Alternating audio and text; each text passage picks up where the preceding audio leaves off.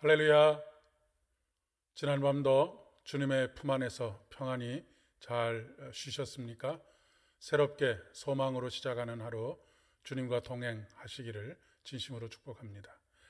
오늘은 시편의 말씀, 출애굽기의 말씀, 그리고 베드로전서의 말씀 중에서 출애굽기 19장 1절로 9절의 말씀을 중심으로 해서 독수리 날개로 너희를 업어라고 하는 제목으로 함께 말씀을 나누려고 합니다. 오늘 우리에게 주시는 하나님의 말씀은 출애굽기 19장 1절로 9절 상반절까지의 말씀입니다. 그 중에서 1절부터 4절까지의 말씀만 봉독하도록 하겠습니다. 이스라엘 자손이 애굽 땅을 떠난 지 3개월이 되던 날 그들이 시내 광야에 이르니라. 그들이 느비딤을 떠나 시내 광야에 이르러 그 광야에 장막을 치되 이스라엘이 거기 산 앞에 장막을 치니라. 모세가 하나님 앞에 올라가니 여호와께서 산에서 그를 불러 말씀하시되 너는 이같이 야곱의 집에 말하고 이스라엘 자손들에게 말하라. 내가 애굽 사람에게 어떻게 행하였음과 내가 어떻게 독수리 날개로 너희를 업어 내게로 인도하였음을 너희가 보았느니라. 아멘.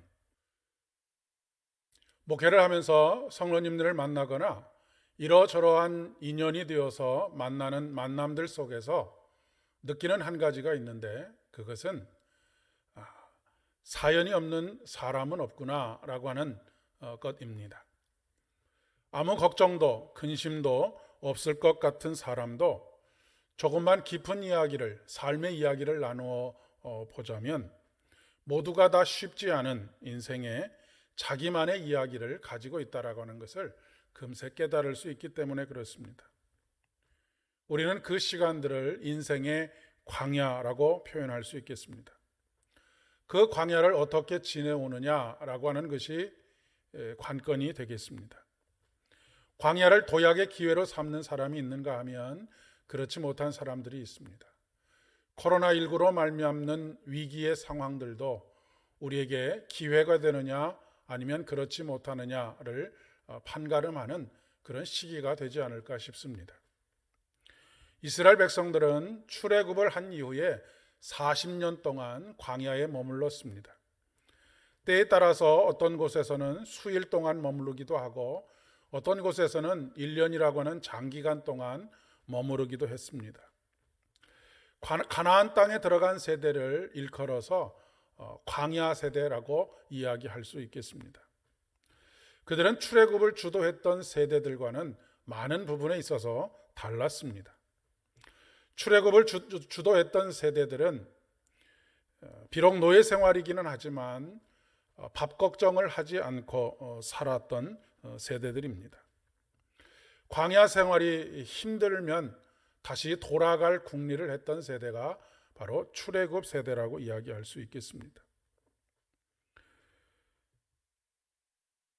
그러나 광야 세대는 새로운 라이프 스타일을 가지고 있는 세대입니다. 출애굽 세대와 광야 세대 사이에 갈등이 있었겠구나라고 하는 상상을 해보게 됩니다. 모두가 다 그런 것은 아니지만 광야 세대는 하나님 없이는 살아갈 수 없다라고 하는 것을 뼈저리게 경험했던 세대들입니다. 그것을 훈련한 세대들이었던 것이죠. 그러나 그 훈련의 과정들은 결코 만만치가 않은 과정들이었습니다. 그들은 그 훈련의 과정을 통해서 가나안 땅에 이룰 하나님의 나라에 대한 비전을 품은 사람들입니다. 하나님께서는 오늘 본문 말씀에 그들을 독수리 날개로 업어서 옮기셨다라고 말씀하십니다. 독수리는 하늘의 왕자입니다.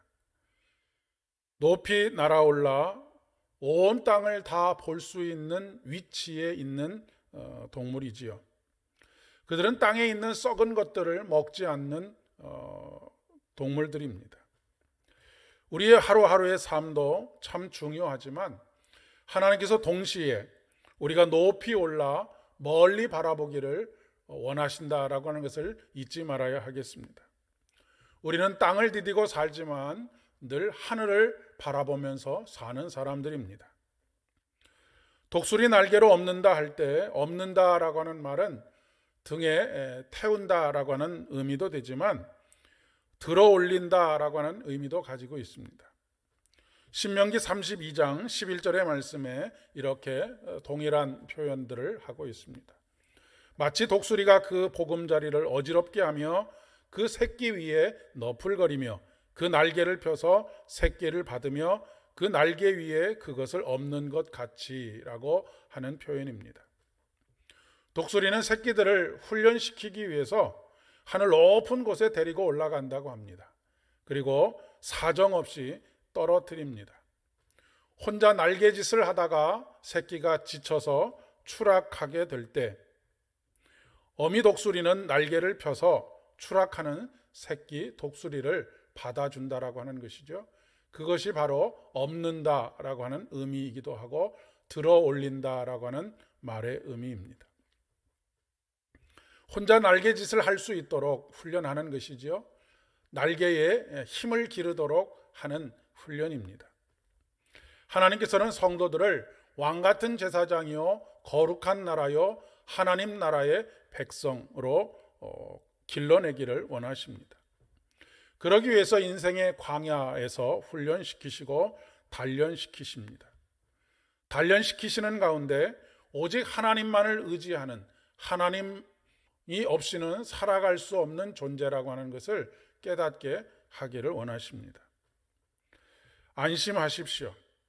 우리가 추락할 때 그분의 날개가 우리를 받으시고 우리를 업으시고 우리를 일으켜 세우실 것입니다. 오늘도 광야의 길을 걸어갈 때에 우리에게 감당할 만한 시험만을 주시는 하나님이십니다. 오늘도 우리 주님과 함께 승리하시는 복된 하루 되실 수 있기를 진심으로 축복합니다. 함께 기도하겠습니다.